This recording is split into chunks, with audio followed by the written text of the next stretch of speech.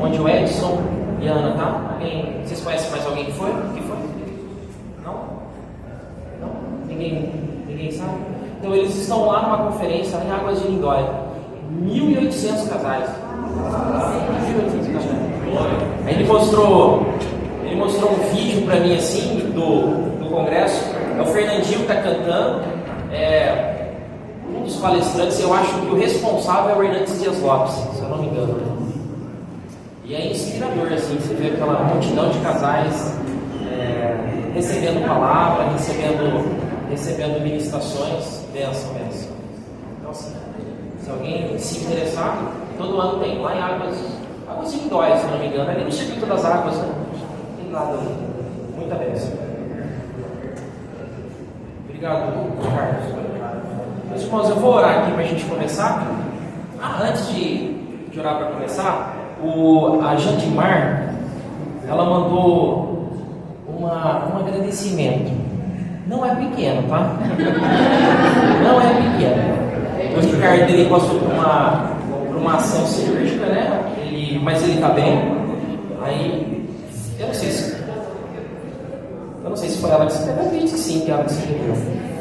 Queridos irmãos em Cristo, de coração quero agradecer a cada um de vocês pela imensa demonstração de amor e cuidado durante as minhas cirurgias e nesse período de recuperação. Aconteceram algumas intercorrências, isso, intercorrência. Acho que eu nunca fiz essa palavra na minha vida. Intercorrências em que a dor e a ansiedade quase ultrapassaram minhas forças. Mas as mensagens, ligações e até visitas me encheram de alegria e esperança, aliviando essa dor extrema. Como é precioso saber que as orações de vocês têm subido aos céus em meu favor. Posso testemunhar que mesmo nos momentos de dor intensa e de ansiedade involuntária que chegaram a elevar minha pressão a 22/17, eu senti esse peso sendo aliviado e que o meu coração estava sendo fortalecido. Portanto, sou profundamente grato a Deus pela vida de cada um de vocês e pelo grande sentimento de pertencimento que encontramos na INCC. Faz pouco tempo que estamos juntos, mas já sentimos um calor humano tremendo, algo fora do comum, como se estivéssemos há muitos anos com vocês. Que o Senhor continue nos unindo em amor, fé e oração. Esse é o meu desejo e da minha amada Jandimar. Gratidão, Ricardo. Não, foi ele que escreveu. Bonito, né? Benção. Eu acho que se fosse ela ia ser um pouco maior. Mas foi benção, graças a Deus. Continuamos em oração. Que legal. Que bom. Que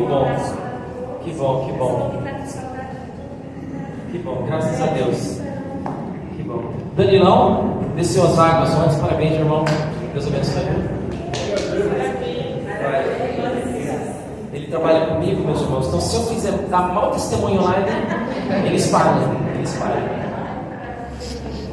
Deus abençoe. Vamos orar para começar a aula?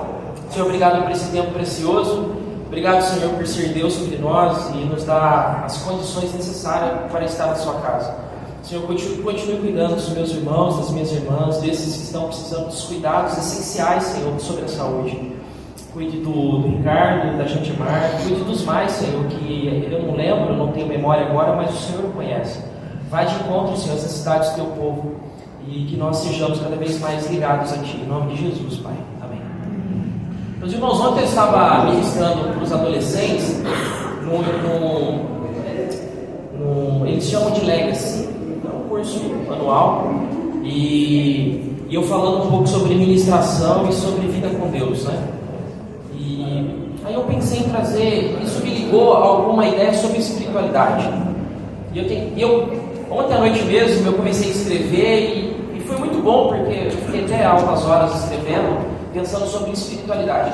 Então a ideia aqui não é trazer um ensino aprofundado sobre espiritualidade, mas para a gente começar talvez a pensar sobre a nossa vida e o que significa a espiritualidade para nós. Sabe, aquele momento onde a nulidade vem sobre nós, a inutilidade nos toma, quando nós não somos talvez mais úteis para alguma coisa no reino, quando a gente sente essa nulidade, essa inutilidade. E o que nós somos em Deus? Sabe, quem nós somos em Deus? E eu andei pensando nisso, conversei um pouco com meu filho e falei, vai nesse caminho, pai, vai, que eu acho que a gente pensa alguma coisa sobre, e eu acho importante isso. Então a ideia aqui é talvez pensar sobre espiritualidade. Eu sei que eu estava falando um pouco, acho que umas 3 aulas passadas sobre temperamentos, mas eu pensei um pouco melhor entrar por esse caminho, né? E eu queria também saber de vocês, foi boa a aula do Ricardo passado sobre finanças? Muito bom, né? Muito bom. Eu acho que nós possamos trabalhar um pouco sobre isso também, porque isso é importante para o futuro da nossa casa, né? Tem uma frase que diz assim que eu gosto muito, né? Se você não gosta do que está vivendo hoje, olhe para trás e veja o que foi plantado. Sabe? A gente não gosta de ver hoje, olha para trás. É a gente que planta algumas coisas na nossa vida. E financeiramente falando, nós precisamos cuidar do nosso rendimento financeiro, pensando no futuro. Tá. Espiritualidade, a experiência de Jó. Não tem como talvez falar em espiritualidade olhando para a Bíblia sem olhar para Jó. Jó, talvez a peça fundamental pensando em espiritualidade. Por quê? Por que pensar em Jó? Deus dá testemunho de Jó. Lembram disso? Deus dá testemunho dele. Satanás faz um passeio aos céus, e eu não sei porque estava aberto para ele lá, mas ele foi lá. Eu não sei que tempo foi esse, mas ele dá um passeio aos céus, e Deus olha para Jó e fala assim para Satanás: você vê o meu servo Jó? Você viu o meu servo Jó? E chama de servo. Cara, íntegro. Fala assim: ele é íntegro, temente a Deus e se afasta do mal. É interessante porque Deus fala isso sobre Jó. É um testemunho pessoal de Deus, de um Deus que conhece Jó, um Deus que entende Jó, um Deus que compreende quem é Jó. É como se ele falasse alguma coisa sobre nós. Se Deus fala alguma coisa sobre nós, basicamente ele conhece a gente. Ele sabe quem nós somos e conhece os nossos caminhos. Então ele olha para Jó e fala assim: olhou meu servo Jó? Temente a Deus, foge do mal. E a gente olha nos primeiros capítulos que Jó ele cuidava da família, né? Jó ele orava pela família. Ele fazia, naquele tempo que as pessoas faziam sacrifícios a Deus, ele ia lá, sacrificava para todos os filhos dele. Ele pensava assim: quem sabe um dos meus filhos ofendeu Deus no espírito, e ele ia lá, Deus, perdoa eles, perdoa a ofensa dos meus filhos. Então ele estava ali pensando nos filhos e orando. Então um homem íntegro, fora do comum. E Deus faz uma aposta com Satanás. Na verdade, Satanás incita uma aposta contra Deus. Vamos pensar. Perfil de Jó. Então ele era um cara íntegro, reto e temente a Deus. Não há hipocrisia em Jó. É um modelo de devoção, pai piedoso, oferecia sacrifícios pelos filhos.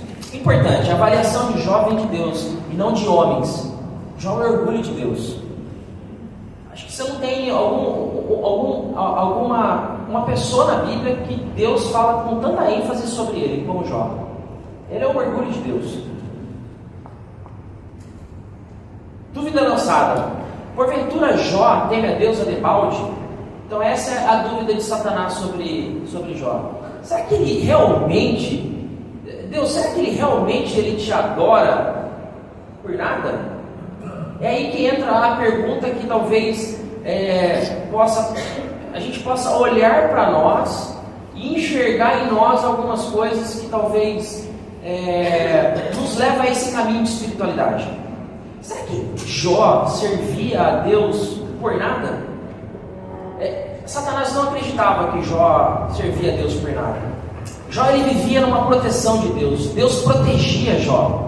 Deus tinha uma proteção sobre Jó, sobre os cuidados da vida dele. Jó era um homem rico, gostava de saúde, gozava de riqueza, ele gozava de ascensão. Ele era um homem conhecido na região dele, inteligente, sábio. As pessoas iam pesquisar, iam conversar sobre ele. Era o sábio da cidade. Então Satanás olha e fala assim: será que ele serve ao Senhor a debalde? Será que ele serve por nada? Ou será que é um bom negócio servir Deus? Porque depende, deve ser um bom negócio servir Deus. Deus nos protege.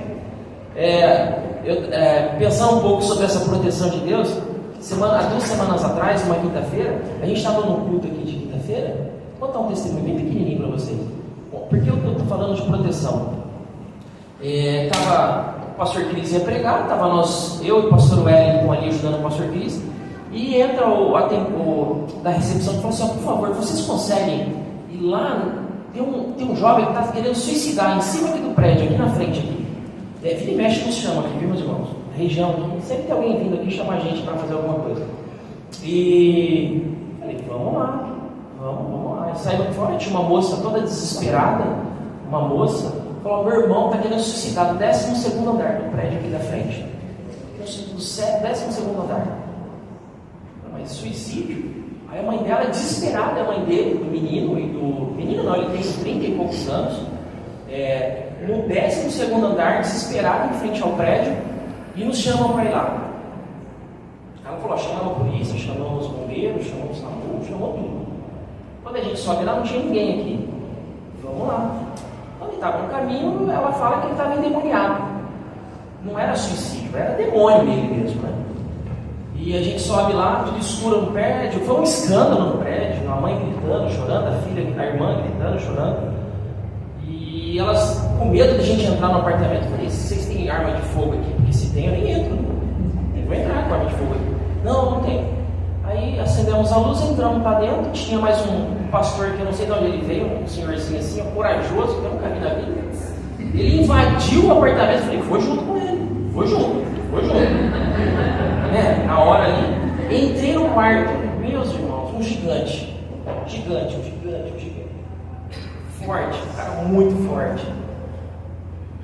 Todo estrapiado, saindo pra tapa, no rosto inteiro, as mãos retorcidas, demônio puro nele. Onde eu quero chegar com isso? Em um momento ali, a gente orando por ele, e ele falando assim: olha, eu conheço vocês, e eu vou sair dele aqui hoje, mas eu vou sair não é porque eu estou querendo, não, ou eu quero sair. Eu vou sair, mas eu saio daqui, vou lá para o terreiro e vou colocar a vida de cada um de vocês aqui. E olho fechado, sabe? Olho fechado, falando estranho. E vou colocar a vida de cada um aqui. E eu comigo, pensando sobre isso, né? Ele levanta, vem na minha cara, com o olho fechado, vem na minha cara e começa a ameaçar na minha frente, assim. Eu falei: eu vou te socar aqui agora, eu vou dar um soco na sua barriga, eu estou vendo um ponto fraco seu. Na hora eu tremi, irmão. Eu caio mesmo, né? Mas aí eu falei no espírito, falei assim: meu, se for demônio mesmo aqui, ele não rela a mão em mim. Ele parou o que tinha feito, sentou na cama, o pastor entrou, a gente colocou a mão na cabeça dele e o demônio saiu. Aí é uma choradeira total. Sai dele e entra na irmã. A irmã, um escândalo total, xingou a gente com que é nome, mas foi mais rápido com ela. O demônio saiu. Por que eu quero dizer isso aqui? Depois da oração, a gente desceu, cheio de polícia aqui, tinha mais polícia que eu nunca vi na vida aqui na frente. E falei para o pastor Hélio: você pensava que a gente ia enfrentar isso agora? Porque eu falei resumidamente para vocês aqui, mas foi difícil lá. A questão é que ele prometeu a gente de uma forma que a gente ficou meio chocado na hora. Eu falei assim: então ele vai lá prometer a nossa vida para o Satanás dele, sabe? Mas a gente descansa nessa proteção, vocês entenderam? A gente descansa na proteção do Senhor. A gente sabe que a gente tem um Senhor que cuida de nós. Enquanto os filhos de Jacó, não há encantamento. Mas ao mesmo tempo, eu olho para a vida de Jó e falo assim: será que não serviu aqui para Jó porque era um bom negócio servir Deus? Será que eu não sirvo a Deus por um bom negócio? Porque eu tenho a minha vida protegida, eu tenho os meus cuidados sobre Deus, dos meus filhos, da minha família. Será que não é um bom negócio servir Deus? E Satanás olha para Jó, Satanás olha para Deus e fala assim: olha, ele te serve porque o Senhor protege ele, cuida da casa dele, cuida das coisas dele. E é por isso que ele faz isso. Bem, Satanás suspeita dos interesses ocultos ou a recompensa. Será que nós buscamos recompensa de Deus porque servimos Ele? Eu só estou trazendo reflexões para os irmãos entenderem um pouco sobre onde eu quero chegar sobre espiritualidade, tudo bem? Comportamento visível, motivações íntimas. Então a gente tem um comportamento visível, mas tem motivações íntimas em nós com relação a Deus. Quem é Deus? Será que Deus está comigo em todos os momentos? Ou será que se eu agir dessa forma ou viver dessa forma, Deus vai cuidar de mim? Será que a gente tem uma mania de trazer o evangelho da retribuição, não é assim? Eu faço isso, eu recebo isso de Deus. A gente olha para Deus como um Deus retributivo. Se eu for bonzinho, Deus cuida de mim. Se eu for mal, Deus vai pagar a mesma paga sobre a minha vida. Então a gente olha para Deus como um Deus retributivo. E a gente às vezes não conhece Deus. Literalmente, a gente às vezes não conhece Deus. A gente não conhece realmente, não sabe quem é esse Deus que servimos e não conhecemos os seus caminhos às vezes. E quando a gente entra nesse caminho da retribuição, a gente vive uma vida espiritual muito mesquinha. Muito mesquinha, muito mesquinha. Pergunta central: pode o homem amar e servir a Deus sem recompensa? Será que a gente pode servir a Deus sem recompensa nenhuma? Sabe? Nenhuma. Sabe? É aquilo assim como quando Abraão vai sacrificar o próprio filho. Sabe? O amor de Abraão, o Isaac, sabe? Se Deus arrancar o nosso Isaac, arrancar tudo que a gente tem, a nossa promessa, sabe? Vai lá e arranca o nosso Isaac, a nossa promessa, todos os nossos sonhos, fala assim: eu quero o teu filho, eu quero a tua promessa. Será que a gente serve a Deus? Será que a gente consegue servir a Deus dessa forma? Vocês estão entendendo? Eu quero chegar na espiritualidade mesmo, ou no âmbito do nosso relacionamento com Deus. Será que a gente serve Deus mesmo? Será que a gente vai continuar caminhando com Deus? Será que a gente vai aceitar o que Deus é sobre Ele? Ou o que é Deus? Amar a Deus simplesmente porque Ele é Deus? Será que isso é possível? Será que é possível amar a Deus só porque Ele é Deus? Né? Nossa fé é transicional, ou transacional ou relacional? O que é o transacional? A nossa fé é troca. A gente trabalha com uma fé de troca, sabe? Eu troco a minha fé. Deus, eu dou isso e o Senhor me dá isso.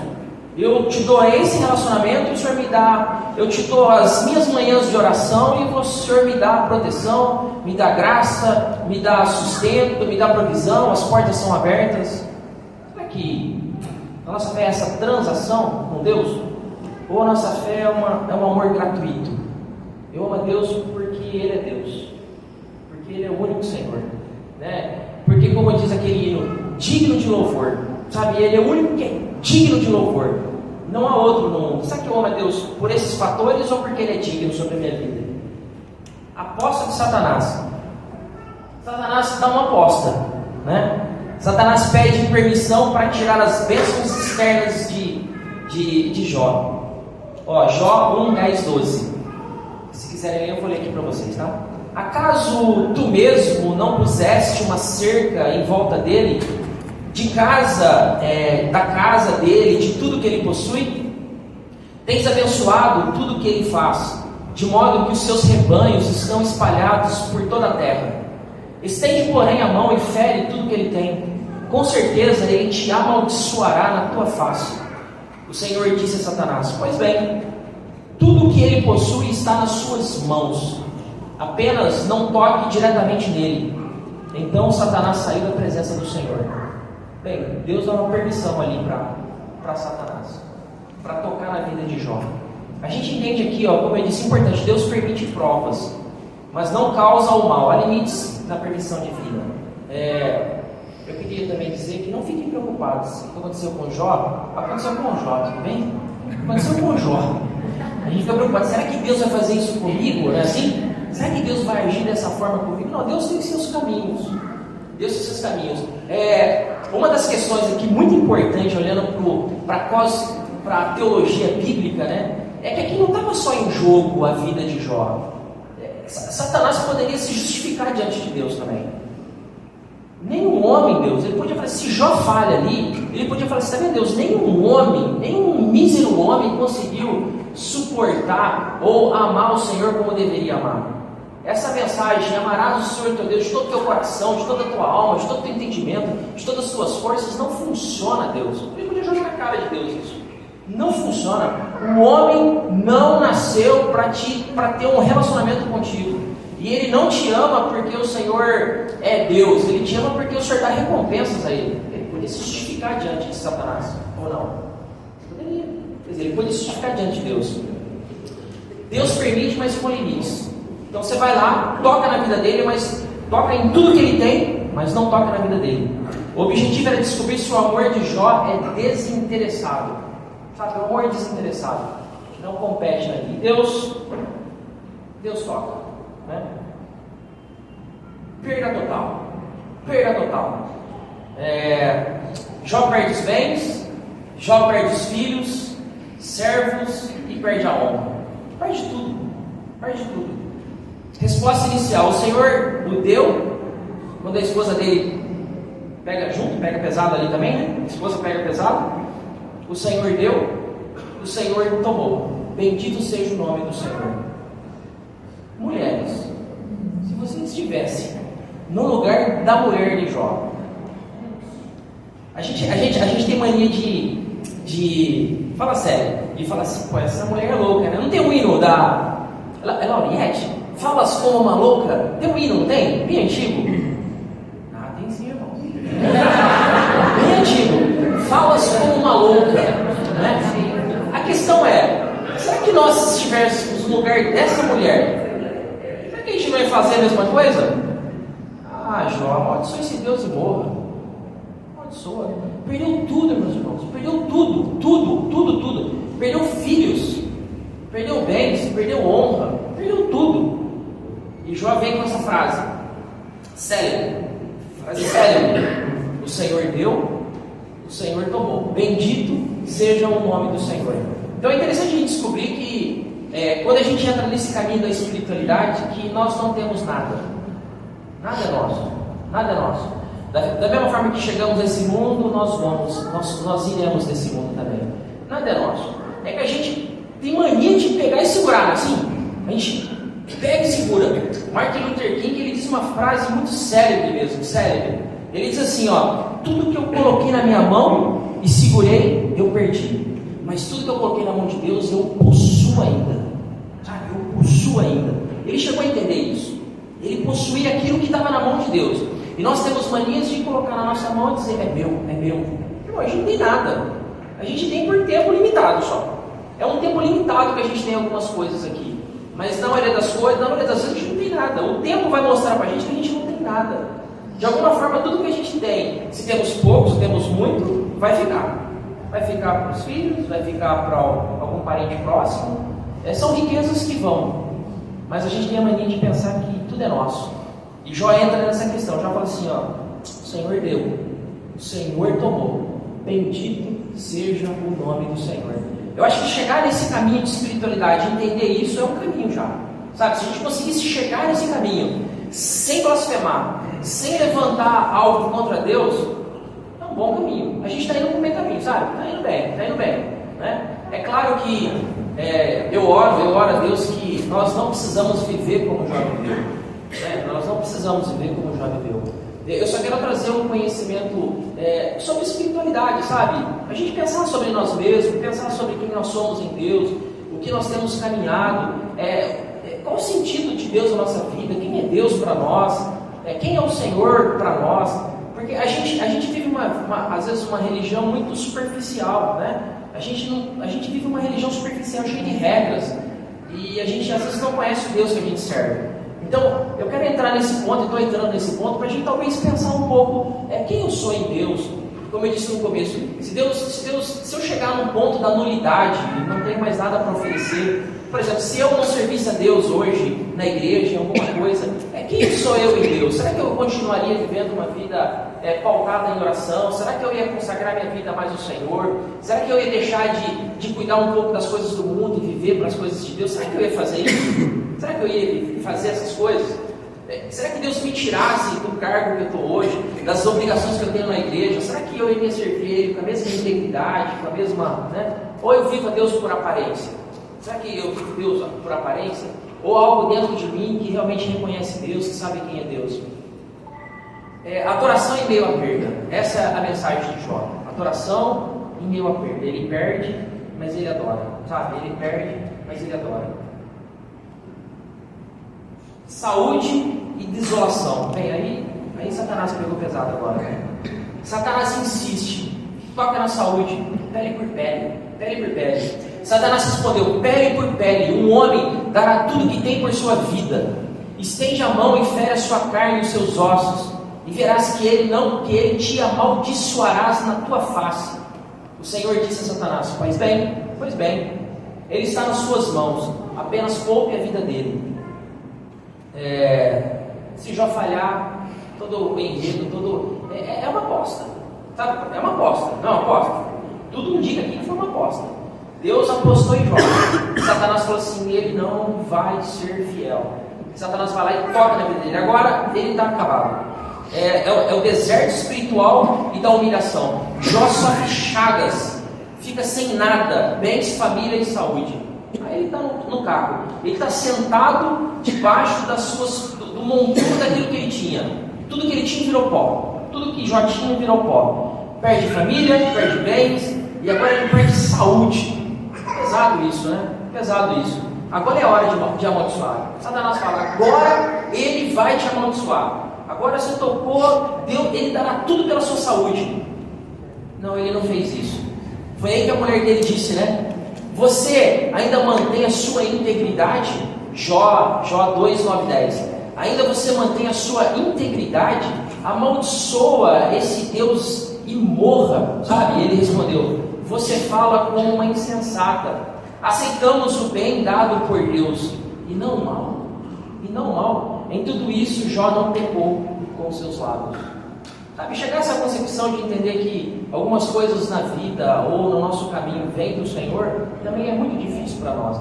Nós atribuímos tudo a Satanás, sabe? Tudo que vem sobre nós é a obra de Satanás. Mas se Deus um dia quer nos levar a um lugar de espiritualidade e querer tocar na nossa saúde, querer tocar naquilo que a gente tem, e aí, como a gente lidar com isso, sabe? Como a gente pode lidar com isso? Isso aqui não é um preparo, meus irmãos, para esse dia, tudo bem? Eu não estou falando isso. A ideia não é essa, né? Deixar os irmãos preocupados. Não é essa, a ideia não é essa. A ideia é a gente olhar para nós com um olhar espiritual mesmo e entender, porque nós somos espíritos. Lembra de Jesus falando que os adoradores do Senhor o adorarão em espírito e em verdade? E são esses os adoradores que ele busca. Ele busca adoradores que adoram em espírito e em verdade. Não, a gente não é por aparência, não é por aquilo que temos, não é por isso, é em espírito e em verdade. Então quem somos em Deus? Essa espiritualidade, né? Conseguimos alcançar essa espiritualidade? Bem, vamos falar aqui, ó. Silêncio de Deus. Aí piora, para mim piora. O silêncio de Deus. Ainda você perder tudo, beleza, perdeu tudo.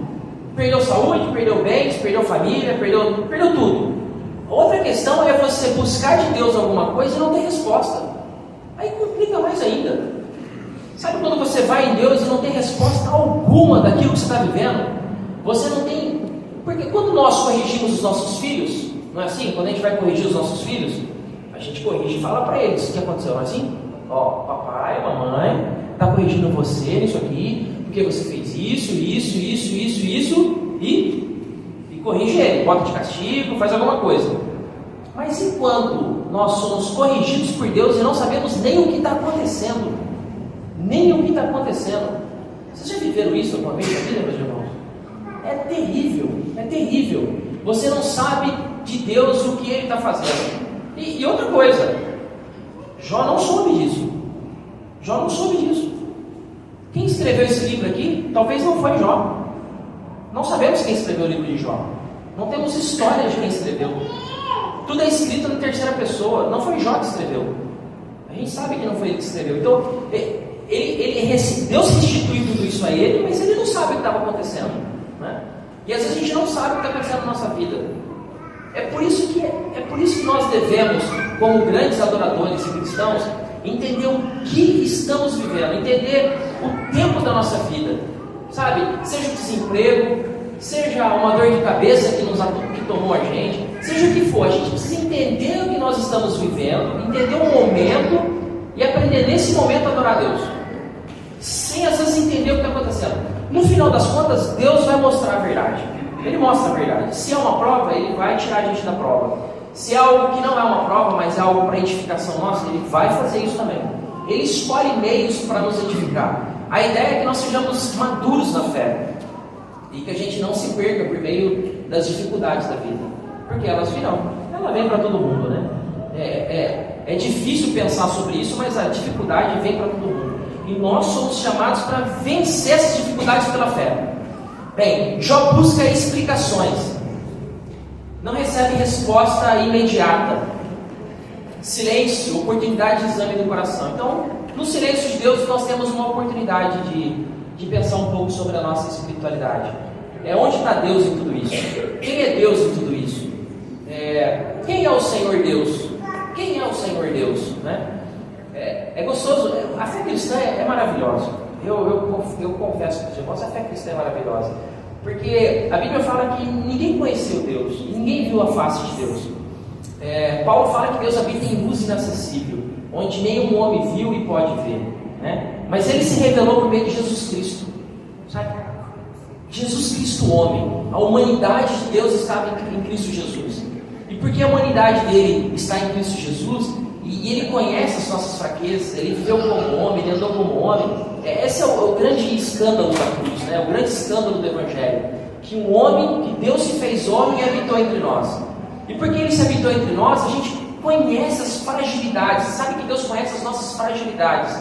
Ele andou entre nós, Ele caminhou entre nós, e Ele era um homem de dores. Ele curava aqueles que estavam no nosso meio. Então nós sabemos que o nosso Jesus é um Jesus consolador, é um Senhor que cuida da gente, que cuida do nosso coração, que nos alimenta em tempos de dificuldade, que nos sacia na nossa dor, sacia na nossa incredulidade às vezes, nossas dúvidas. Há um teólogo do passado que diz assim, que grandes e terríveis são as dúvidas do cristão que crê, mas a incomensurabilidade de Cristo nos livra de todas elas, sabe? Cristo nos livra de toda dúvida às vezes. Então essa é a alegria da cruz. Então é lógico que a gente entende. Eu vim de muita dor no Evangelho, quando não estava no Evangelho, eu tinha muita dor, sabe? A minha incredulidade era terrível. O meu anseio pela vida era mínimo, zero. Eu não amava a vida, eu não gostava da vida, não tinha prazer na vida. Então a minha alegria veio quando eu conheci o Senhor. Eu acho que a maioria da gente é assim. A vida, ela encontra sentido em Cristo Jesus. A vida nossa encontra sentido no Senhor Jesus. Conhecer, esse é o caminho da espiritualidade. Sabendo que quando nós éramos órfãos, quando nós não tínhamos Deus, quando a gente não tinha nada nesse mundo, nós não éramos felizes, nós não éramos felizes. Mas quando nós conhecemos o Senhor, a alegria plena vem. Eu lembro quando aceitei a Jesus, eu estava desempregado, não tinha mulher, não tinha namorada, vai, meu, tem futuro negócio assim, desempregado, não tinha mulher, não tinha nada. Cara, quando eu encontrei Jesus, foi a melhor alegria da minha vida. Eu acordei um outro homem. Eu acho que eu contei isso um dia aqui. O meu melhor amigo, ele não sabia que eu tinha ido para a igreja, virado crente, né? Ele não sabia disso. E eu fui na casa dele, mas eu estava muito tímido, não ia falar isso que eu fui para a igreja, né? É meio fora de moda falar que eu fui para a igreja. Eu não vou falar nada. Mas eu fui lá, 10 minutos de conversa. Ele falou assim: Alexandre, você não é mais o Alexandre, o que aconteceu com você? Oh, glória! Aí eu testemunhei Jesus para ele, sabe? Então assim, eu não tinha nada, eu não era nada, eu não tinha nada, não tinha alegria plena. Então, se Deus me tirasse hoje tudo que eu tenho, como eu estaria diante de Deus? Bem, eu preciso ter aquela mesma espiritualidade que eu tinha, você entendeu? Quando eu não tinha nada. Então, a espiritualidade cristã, ela tem que nos levar num ponto de conexão com Jesus e com aquilo que Ele é, da partida onde nós começamos a andar com Ele. Lembra de Apocalipse que Ele fala assim: eu tenho algo contra ti. Você perdeu o seu primeiro amor, você esqueceu o seu primeiro amor. Então, acho que quando Deus fala isso em Apocalipse, é trazer a lembrança daquilo que nós somos em Cristo, nós fomos em Cristo quando conhecemos Ele. Aquela alegria profunda, aquele prazer profundo que não importava nada, sabe? Não importava emprego, não importava quem estava do nosso lado. Eu tenho Jesus na minha vida, eu tenho tudo, eu não preciso de mais nada. Só que a gente começa a andar a vida cristã e as necessidades vão vindo, a gente vai esquecendo das coisas, a gente ficando velho na vida cristã. 10 anos se passa, 20 anos se passa, 30 anos se passa, e a gente esquece quem é o nosso Deus. Jó nos dá uma lição, que a gente deve voltar a entender quem é o nosso Deus.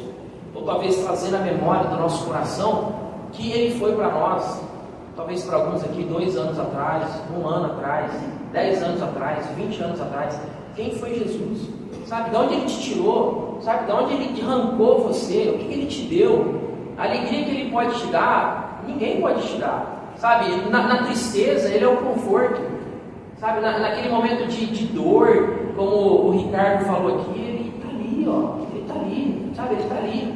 Ele não abandona. Ele sabe das mazelas da vida. Deus sabe das mazelas da vida. Ele sabe de algumas coisas que nós vamos ter que enfrentar. E às vezes não é leve o que vamos enfrentar. Então, quando a gente tem esse Deus e conhece esse Deus e caminha com esse Deus, a gente sabe que estamos seguros em todo o tempo. Ele é proteção diária, sabe, na nossa vida. É lógico que a gente, como eu disse no começo, a gente não serve Ele por causa dessas coisas, mas porque Ele é assim, você entendeu? Ele é assim. Ele é Deus consolador, Ele é Deus poderoso, que cuida da gente em momentos de dificuldade. Ele escolheu ser assim. Na eternidade, Deus escolheu ser santo. Ele escolheu ser santo na eternidade. Antes da criação do mundo, Ele escolheu ser santo. E ninguém tira isso dele. Não adianta a gente pensar que, tanto que a igreja dele, a Bíblia fala em Efésios, que desde a fundação do mundo ele já pensava na igreja.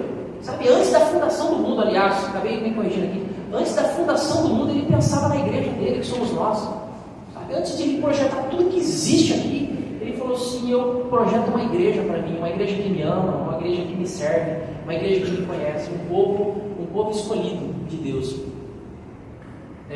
O silêncio à parte de Deus. Quais são as nossas motivações quando Deus não responde? O coração. A espiritualidade é questão de afetos. Provérbios 4, 23. Acima de tudo, guarde o teu coração, pois dele origina a vida. Sabe? A espiritualidade nasce no nosso coração. Não é daquilo que temos, não é daquilo que vamos ter, não são das nossas experiências. E eu quero falar um pouco sobre isso. O conhecimento e experiências são úteis, mas não substituem o coração. Eu posso conhecer muito de Deus, eu posso ter lido a Bíblia várias vezes, eu posso ter vivido uma vida estudando, conhecendo Deus, conhecendo teologia, conhecendo os teólogos do passado, sabendo muito sobre Deus e aquilo que Ele fez, os atos poderosos de Deus. Mas eu posso não ter Deus no meu coração, né? Eu posso não ter Deus no coração. A gente precisa chegar a um ponto de conhecer quem é o Senhor nosso. Às vezes a gente anda numa igreja cristã, ouve tanto do Senhor, mas não tem Ele no nosso coração, não sabe quem Ele é realmente. Então a espiritualidade nos leva a esse lugar. Jesus perguntou a Pedro: tu me amas? Tu me amas, Pedro? Aqui é um afeto é decisivo aqui. E eu quero talvez parar um pouco aqui em Pedro, né? Compare saber sobre Deus versus amar a Deus. Quando Pedro trai, acho que vocês lembram da história, Pedro trai Jesus 3 vezes, não é assim? Ele nega Jesus. Eles perguntam se ele era aquele que andava com ele, ele falou assim: eu não conheço esse homem, eu não sei quem ele é. E nega 3 vezes.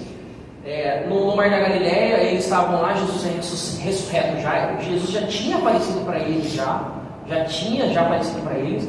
Mas ali eles estavam pescando, eles voltam à prática da pesca, e Jesus aparece no mar, no lago. E quando eles voltam, tem uma pesca, não quero entrar nesse texto muito, ele tem uma pesca maravilhosa, e eles reconhecem que era Jesus. Jesus está na praia. Quando eles vêm, eles sentam em volta de Jesus, e eles sabiam que era o Senhor, porque parece que o que dá para entender nas Escrituras Sagradas é que quando Jesus ressuscitou, algumas coisas mudou na aparência dele. É isso que dá para perceber. Parecia que não era tão igual. Isso dá para perceber, porque eles chegam perto de Jesus e eles sabiam que era Jesus. Talvez a imagem de Cristo, como a gente fala, quando a Escritura fala que nós também teremos o mesmo corpo que Ele, esse corpo que ultrapassa paredes, esse corpo que é arrebatado de um lugar para o outro, essas coisas, Jesus ele tinha um corpo diferente ali. Ele subiu aos céus, ele foi ressuscitado. E uma das perguntas que Jesus fala para Pedro naquele momento, não é: Pedro, tu me conheces? Não é isso, sabe? Ele não pergunta se Pedro conhecia ele. Pedro, tu me lembras das experiências que tivemos? Não é isso que ele pergunta. Ele fala assim: Pedro, tu me amas? Sabe, tu me amas, Pedro? E, independente daquilo que você conheça sobre mim, daquilo que você viu eu fazendo, os milagres que eu fiz, Pedro, tu me amas? E Pedro fala assim, Senhor, eu te amo. Eu te amo. Jesus pergunta a segunda vez, Pedro, tu me amas mais do que esses aqui? Pedro se sente um pouco triste no momento, mas fala, Senhor, eu te amo, eu te amo. E mais uma vez Jesus pergunta para ele, Pedro, tu me amas? Tu me amas de verdade, Pedro? Ele fica totalmente triste com aquela pergunta, cabisbaixo, e fala, Senhor, tu sabes todas as coisas, sabes que eu te amo. Então apacenta as minhas ovelhas, cuida das minhas ovelhas. Os afetos do coração, meus irmãos, são suficientes para servir o Senhor. Às vezes a gente pensa que o nosso conhecimento é o que mais importa sobre Deus, ou que as nossas experiências em Deus são as que mais importam, mas não é isso que Deus busca de nós. Deus busca o nosso coração. Diz assim o Provérbios, filho meu, dá-me o teu coração, sabe? Dá-me o teu coração, filho meu. É isso que Ele quer da gente. Ele quer o nosso coração, Ele quer aquilo que a gente tem de maior, aquilo que é nosso, ou que está dentro de nós, a nossa vida intrínseca. Ele pede o nosso coração. E para Pedro, para servi-lo, ele queria o coração de Pedro. E Pedro cometeu alguns erros depois? Cometeu alguns erros depois. Quando a gente estuda um pouco sobre temperamentos, a gente vai ver que Pedro era um cara sanguíneo, não é assim? Sanguíneo. E ele cometeu alguns erros depois. Tanto em Gálatas, a gente vai ler que Paulo, quando ele se reúne com a igreja, e Pedro estava ali com eles comiam com os gentios. Os judeus não se comem com gentios. Mas como a igreja do Senhor é uma nova história, eles comiam. Paulo comia, Pedro comia. Quando chega Tiago, de Jerusalém, com mais alguns judeus, eles se apartam. Paulo fala assim que eles se apartam. Pedro se aparta e fala até Barnabé se aparta. Eles se apartam dos gentios. Paulo repreende Pedro na frente de todo mundo. Se tu sendo judeu vive como gentio, por que quer que os gentios vivem como judeu? Repreende na cara. Então a gente vê que um Pedro é um Pedro que é repreensível. Ele tem defeitos ainda, como todos nós temos defeitos. Todos nós temos defeitos. Alguns deles a gente vai levar para a vida. A gente vai levar para a vida, sabe? A questão é, o que está no nosso coração? Pedro não retrucou ali. Pedro, na segunda carta dele, fala assim que o amado Paulo escreveu coisas difíceis de se entender, como as demais escrituras. Ele coloca os escritos de Paulo como escritura sagrada. Ele não criticou Paulo. Ele recebeu aquilo, isso no final da vida dele. A gente chega num lugar, meus irmãos, os afetos do coração nosso. E eu queria terminar. Deserto como escola da graça. No deserto afastamos o que não é Deus. A solidão revela os motivos mais íntimos. O sofrimento, meus irmãos, o deserto como escola de Deus. No deserto afastamos o que não é Deus. A solidão revela os motivos mais íntimos. O sofrimento desnuda o coração e permite a entrega plena. No deserto pode ser um lugar de encontro transformador. Oséias 2, 14 e 15. Portanto agora vou atraí-la, vou levá-la para o deserto e falar-lhe com ternura. Ali devolverei as suas vinhas e farei do vale de Acor, ou seja, vale de problemas, uma porta de esperança. Ali ela responderá como nos dias de sua infância, como no dia em que saiu do Egito. Sabe, aqui me leva a um lugar, talvez eu tenho mais 3 slides, mas eu termino um pouco aqui nesse tempo que eu tenho. Deus fala isso em meio a Oséias. Ali ela me responderá como nos dias da sua infância, no dia em que saiu do Egito. Isso aqui é Deus provando Israel. Deus leva Israel para o deserto para falar o coração dele. E às vezes Deus precisa levar a gente num deserto para falar o nosso coração, sabe? Ele precisa levar num deserto onde nada mais tem importância, onde as coisas perderam a sua, como eu disse, nós somos nulos e inúteis diante de Deus. E eu espero que não leve, meus irmãos. Eu espero que não leve a gente no deserto. Mas se Ele levar, tenha certeza disso. Ele quer falar o nosso coração. Ele quer mudar algumas coisas na nossa vida. Ele quer ser presente em nós. Lições práticas, reflita sobre suas motivações. Aí é só algumas perguntas que eu quero deixar aqui. Lições práticas, para a gente pensar sobre nós mesmos, sobre a nossa vida, sobre aquilo que temos, sobre aquilo que somos em Deus. Reflita sobre as suas motivações. Serviço por temor ou por recompensa? Nós servimos a Deus por temor ou por recompensa? Cultive afetos sinceros, amar a Deus diariamente. Prepare para novas provas, para as provas. Mantenha a fidelidade mesmo em sinais externos, sem os sinais externos. Perdão.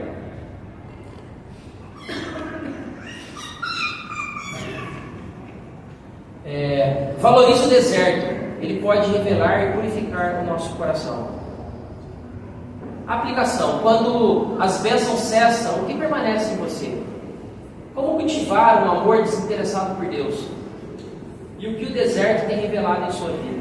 Talvez alguns aqui tenham passado por alguns desertos na vida, né? E a gente não sabe, não é verdade? Todos nós passamos alguns desertinhos, né? E a gente não sabe. Então, o que isso tem revelado a você nesses dias, né? E espero que tenha revelado que o Senhor quer falar mais no seu coração e quer ter uma comunhão mais íntima com você. A verdadeira espiritualidade é amar a Deus por quem Ele é e não pelo que Ele faz. Nossa confiança e adoração devem permanecer, mesmo no silêncio de Deus. Sabe, chegar a esse ponto. Bem, eu queria terminar com uma frase de Jó, para bater na trave, 10 horas, hein? Isso é bom, hein? Isso é bom. Então Jó respondeu ao Senhor: sei que pode. Isso daqui está no final, capítulo 42 de Jó. Jó já tinha perguntado um monte de coisa para Deus, já tinha perguntado um monte de coisa sobre o que ele está vivendo, aquilo não era justo. Os amigos de Jó tinham pegado pesado com ele, com a teologia da retribuição. E Jó fala assim: Deus, eu sei que podes fazer todas as coisas, nenhum dos teus planos podem ser frustrados. Tu perguntaste: quem é esse que obscurece o meu conselho sem consentimento? Certo que falei coisas que eu não entendia, coisas maravilhosas demais que eu não conhecia. Tu disseste: agora escute, eu falarei, e farei perguntas, e você me responderá. Jó fala assim para Deus: eu te conhecia de ouvir falar. Sabe, a dor leva a isso, viu, meus irmãos? A dor, a angústia, o deserto. Eu te ouvia de ouvir falar. Eu conhecia o Senhor na igreja, eu conhecia o Senhor nos caminhos que eu andava. Eu ouvia falar do Senhor. Eu ouvia, eu pensava que te conhecia. Mas agora os meus olhos te veem. Por isso me menosprezo a mim mesmo e me arrependo no pó e na cinza. Amém, meus irmãos? Eu queria passar um pouco sobre essa questão de espiritualidade. Eu sei que é uma conversa um pouco mais, como se diz, dialética, né? Um pouco mais condensada, mas é mais uma reflexão sobre cada um, sobre a vida de cada um, e que a gente possa levar isso para a vida, sabe? Quem é Deus para mim? O que Deus tem feito comigo? O que eu sou para Deus, né? Para a gente não chegar a um tempo da nossa vida e não saber mais quem é o Senhor que cuida de nós, né? Amém, meus irmãos? Vamos ficar de pé. Alguém quer fazer alguma pergunta? Alguém quer fazer alguma indagação? Alguém quer dizer alguma coisa? Alguém quer pedir alguma oração? Pode falar, meu irmão. Essa orientação chega somente no nosso relacionamento. Pode falar no microfone, meu irmão. Nosso relacionamento vertical com Deus, mas os nossos relacionamentos horizontais. Sim. Com as pessoas que a gente. Sim. Qual é o verdadeiro objetivo deles? Sim, com certeza, meu irmão. Ele está falando que também há uma questão de relacionamento conosco, né? Eu gosto sempre de falar que o Evangelho, meu irmão, eu resumo o Evangelho em 3 fases: amarás o Senhor teu Deus de todo o teu coração, de toda a tua alma, de todo o entendimento, de todas as tuas forças, o teu próximo como a ti mesmo, e o teu irmão na fé, a ponto de dar a vida por ele. Isso é Evangelho. Isso é Evangelho. Então é isso mesmo, irmão. A gente tem que ter uma comunhão íntima entre nós e trocar as nossas necessidades e angústias. Amém? Vamos orar. Senhor, obrigado por esse tempo. Obrigado, Senhor, por nos levar a um lugar de espiritualidade.